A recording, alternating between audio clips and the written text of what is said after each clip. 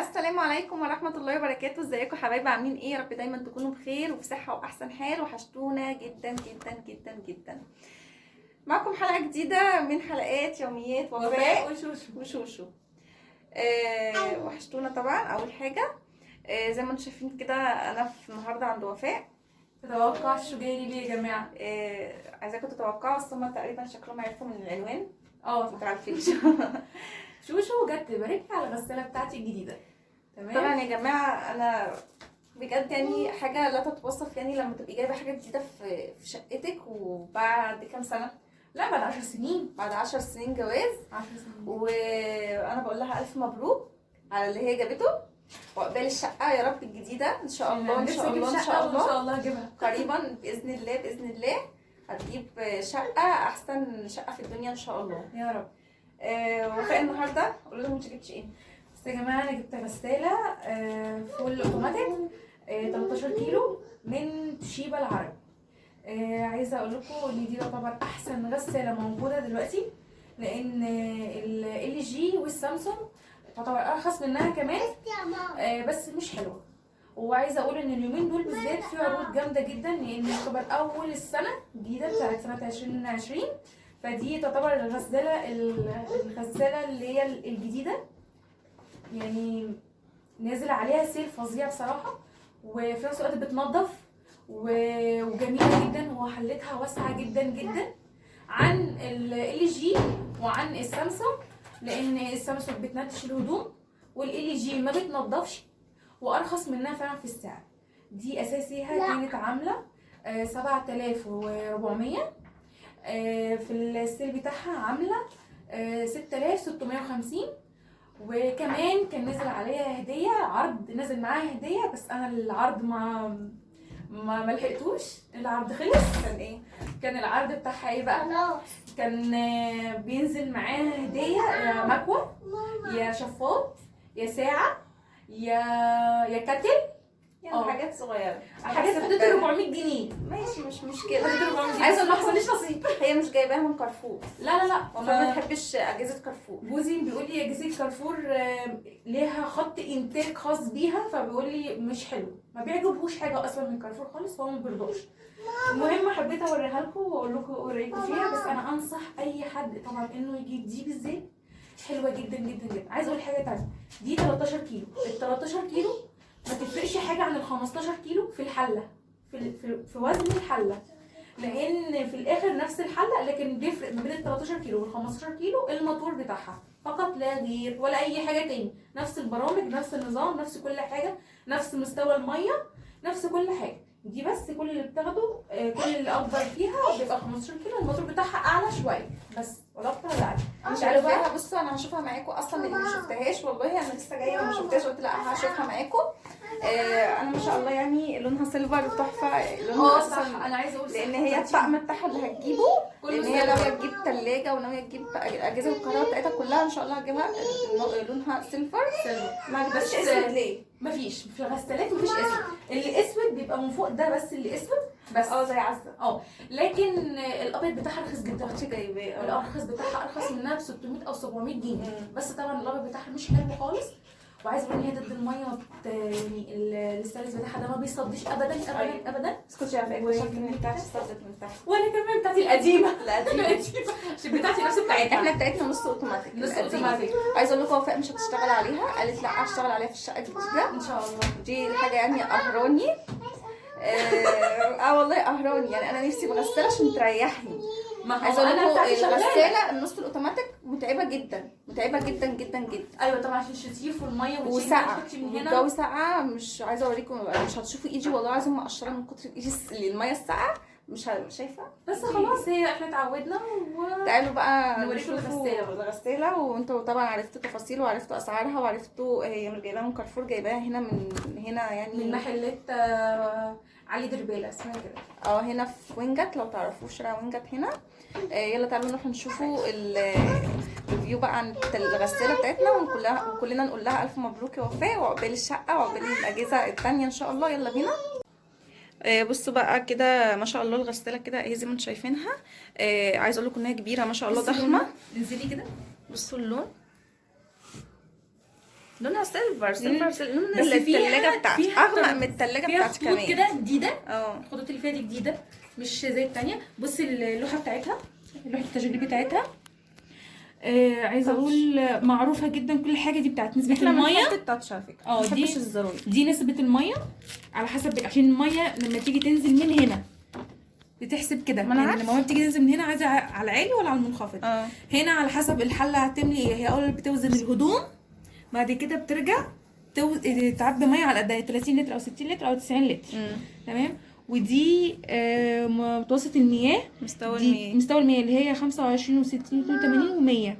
تمام. ده اللي عايزاها على نص ساعه قصدي، ولا 60 دقيقه ولا 90 دقيقه. احنا بنحب ال 90 كتير، احنا بنحب ال 90. ده الدور الواحد 90 دقيقه كتير، ولسه هنشطف ولسه هنعصر ايه، هنقعد يوم في دور. ما هي هتشطف وتوصل مع نفسها. ماشي، ما هي لسه بتحدد لها خليها 60. هي 60. والميه بتاعتها. وهنا دوت غسيل مكثف، دوت لما يبقى عندي حاجه مكثفه قوي قوي وبتك عليها زي الغساله العاديه اللي هي التانية تقول لك تقيل ولا خفيف. ما هي برضو هنا. تمام. ده عايزه اغسل بس، دي احلى حاجه بقى في الغساله دي. عايزه تغسلي بس بتغسلي بس، عايزه تشطفي بس احلى من الاوتوماتيك الكامل طبعا كتير. وبعدين تاخد مسحوق غالي. لا هنا بتحطي براحتك اي اللي انت عايزاه، ما مسحوق فيهاش اي حاجه خالص. ودي هنا بقى بتختاري اللي انت عايزاه كله، انت عايزاه كله، معطر ولا سريع ولا تنظيف الحوض ولا اي حاجه انت عايزاها بتعمليها. بس هو دايما بينور يا وفاء لما تيجي تدوسي وكده. كل ده بينور. كل ده بينور، مفيش حاجه فيها ما تنورش. بس انا يا جماعه ما ينفعش ان انا اشغلها لسبب واحد بس، الغساله دي انا مش هتخش الحمام كمان عندها. الحمام واسع بس الباب ضيق. الغساله دي سالت صاحب المحل قال لي ما ينفعش اشغلها دلوقتي خالص، لان اول ما بحط الفيشه بيروح لهم اشعار ما اعرفش ازاي ان الغساله دي اشتغلت. غريبه قوي والله العظيم. فقال له ما ينفعش عشان الضمان بتاعها لسه ما اتملاش. وانا اقول لكم بقى ده زرار التشغيل وده التشغيل، والاوف بيفصلها خالص، وده اللي بتبداي منه الستارت بعد ما بتعملي النظام بتاعك. وفي ايه هنا بتختاري على الساخن او الدافئ او البارد. طبعا حلو الدافئ ما فيش مشكله، بس لازم يوصل لها طبعا ميه من السخان. وايه تاني، وتشغيل السريع ده طبعا هيبقى احلى حاجه بالنسبه لنا احنا، يعني ننجز يعني. انا برضك بعمله سريع. بصي بقى الحله بتاعتها، بصوا هنا مكتوب هنا تنبيه لحاجات. تمام. وتحذير وحاجات كده كتير لازم تقروها يعني قبل ما مهمه جدا على فكره تشغلوا الغساله بتاعتكم. لا بجد حاجات حلوه، بس هي كلام كتير انا عشان ما اطولش بصي بقى عليكم جوه الفيديو. الغساله، وبصي اوريهم الحله بقى شوشو واسع قد ايه. ما شاء الله جميله. ما هي 13 كيلو. مع على فكره احنا واخدين على الحاجات الواسعه، لان اساسا برضك بتاعتنا النص الاوتوماتيك واسعه 12 كيلو. بصوا يا جماعه انا عايزه اوريكم الدرج ده للمسحوق وللداوني ملوش اي لازمه. ليه ملوش اي لازمه؟ حطي على الغسيل بتاعك عادي جدا، حتى هو الراجل قال لنا كده. ايوه ما انا عارفه عادي يعني مش مستاهل، بس هو بيوزن. يعني هو الدرج ده ممكن يوزن لك الغسيل وياخد المسحوق على قد الغسيل. بس ما فيش مشكله، احنا كلنا عارفين بنستخدم مسحوق قد ايه، كلنا عارفين دي. هنا في الفلتر، ده الفلتر بتاعها بيتنضف. اطلعي. وده الفلتر ده مش بيتنضف كتير، لان هو عايزه لكم حساس جدا، هينضف اي وبره في الهدوم او اي منديل اتنسى في الهدوم او اي حاجه بيتركب هنا. معاها ايه بقى؟ وفي الدرج ده بتحطي فيه الدوني او الكوريكس او اي حاجه. تمام. هنا ده الضمان بتاعها اهو، وده الخرطوم الصرف بتاعها بتاع تصريف الميه. وده بتاع وصلات الميه السخنه والساقعه. ومعايا برضك ضمان. طبعا الضمان بتاعه. ودي لسه هكتشف بتاعت ايه، لسه مش عارفه. ايه ده؟ هي دي بتاعت ايه؟ لسه هكتشف مش عارفه. هو تقريبا بتاع خرطوم الصرف ممكن تقريبا. يعني بصي بقى المروحه، لا ما شاء الله جميله. دي بقى المروحه. عايزه اقول يا جماعه ده استانلس. ايوه ما احنا طبيعي. هو لونه على فكره في الكاميرا لبني، بس هي لا عشان المروحه لونها لبني، فضربه في الاستانلس فمديانا لبني، بس هو استانلس عامه يعني. وفيها ميزان ميه اهو، فيها ميزان ميه اهو. دوت الميزان الميه ليه طبعا بتحطيها في الارض لازم تبقى مظبوطه بالملي، ولا معوجه سنه ولا معدوله سنه ولا اي حاجه، لازم تبقى مظبوطه بالملي عشان الميه مستوى الميه. بس بقى اوريكي شكلها من بره. ده كده شكلها من بره. وهنا طبعا الخراطيم بتتركب هنا. ده الميه الساقعه وده الميه السخنه. ده شكلها بقى المفروض تبقى احمر. هي اورنج، مش الاحمر خلص. ايه رايكم فيها بقى؟ انا عايزه رايكم في التعليقات، عايزه اقول لكم بجد والله العظيم قولوا لها أحسن بقى يا نوع جماعه لو غسالة انتوا موجودة عندكم نفس دلوقتي. النوع قولوا لها احسنش الخيوط. لا احنا عامه بنحب توشيبا في الغسالات بالذات الغسالات. جميله. احنا عندنا بتاعتي انا وهي الغساله بقى لها 10 سنين عندنا، لا جميله بسم الله ما شاء الله ما حصلهاش اي حاجه، بس طبعا عايزين نجدد وعايزين طلع نحدث. كرتونتها اهي يا جماعه، اهي. بصوا الكرتونه بتاعتها اهي زي ما انتم شايفين.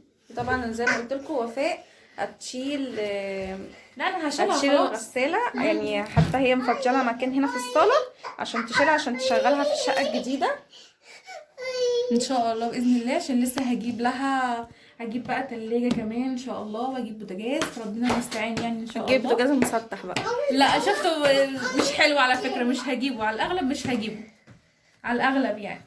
انا لو هجيب ايكوكو برو. وزي ما انتم شايفين كده شفتوا خلاص الحلقه بتاعتنا خلصت وكانت جميله، وانا جيت ابارك لها على الغساله. عقبال ما تجيبي يا شوشو يا رب، هي نفسها هي تجيبها يا جماعة، انا عارفه والله. امبارح كلمتني على الواتس بتقولي انا جبت الغساله عقبال ما تجيبي الانس، فقلت فعلى بالي طب لما اجيب لنفسي الاول، اجيب لانس ايه اللي ده لسه عنده 5 سنين اللي في بالي قلته قالت لي عقبال ما تجيبي الانس. عقبال ما تجيبي الانس ومحمد، بس تجيبي ليكي الاول. لا اجيب لي ليا الاول، مع ان على فكره ما غسلتش والله يعني جديده زي ما هي جديده، بس هي عايزه ترتاح. بس انا عايزه ارتاح اريح ايدي والشغل ورجليها والميه الساقعه الميه الساقعه متعب قوي بجد. بس صدقوني اللي هيجيب الغساله التوشيبا دي هيتاكد فعلا ان هي بتنظف عن اي غساله تانية موجوده دلوقتي. الغسالات الموجودين كلها دلوقتي ما بتنضفش الغسيل. ديت يا جماعه كانت موجوده عند واحده من صحباتي، بس هي نصحتني بيها فعشان كده انا جبتها، وهي شكرتني فيها جدا وانا واثقه فيها. وحتى لو بصراحه صاحب المعرض يبقى صاحب جوزي، وهو اللي نصحه ان هو يجيب دي، قال له صدقني دي احسن واحده عندي شغاله، مفيش حد بيشتكي منها ابدا، لكن ال جي والسامسونج بيشتكوا منهم جدا جدا. واليونيون اير برضه لا يونيفرسال دي دمار، محدش يجيبها خالص خالص. المشكله الوحيده مفيش بتعيش وتبوظ بسرعه، بس انا عايزه اقول ان دي فيها ضمان شامل 5 سنين على كل حاجه، اي حاجه باظت فيها هم بيصلحوها لك في 5 سنين، والضمان بتاعها من وقت تشغيلها. يعني انا لو ركنتها سنه سنتين وجيت شغلتها الضمان بتاعها هيتحسب لي من وقت ما شغلتها، ال5 سنين من وقت ما شغلتها مش من وقت ما اشتريتها. فدي احلى حاجه واكتر حاجه بسطاني في الغساله دي. فاتمنى يا رب الحلقه بتاعتنا تكون عجبتكم، والغساله بتاعتنا ان شاء الله تعجبكم، ويا ريت تستفادوا من الفيديو دوت. واللي بتفكر تشتري حاجه تشتري طبعا توشيبا احسن حاجه، ويا رب كل العيال مبسوطين جدا، استاذ فظيع الصراحه. ما تنسوش بقى يا جماعه تحطوا لايك للفيديو وسبسكرايب لسه ما عملتش سبسكرايب للقناه، وكومنت تحت لو تشوف منكم، وشكرا. وقولوا الوفاء في التعليقات الف مبروك وعقبال الشقه، اهم حاجه الشقه. وشكرا والسلام عليكم ورحمه الله وبركاته.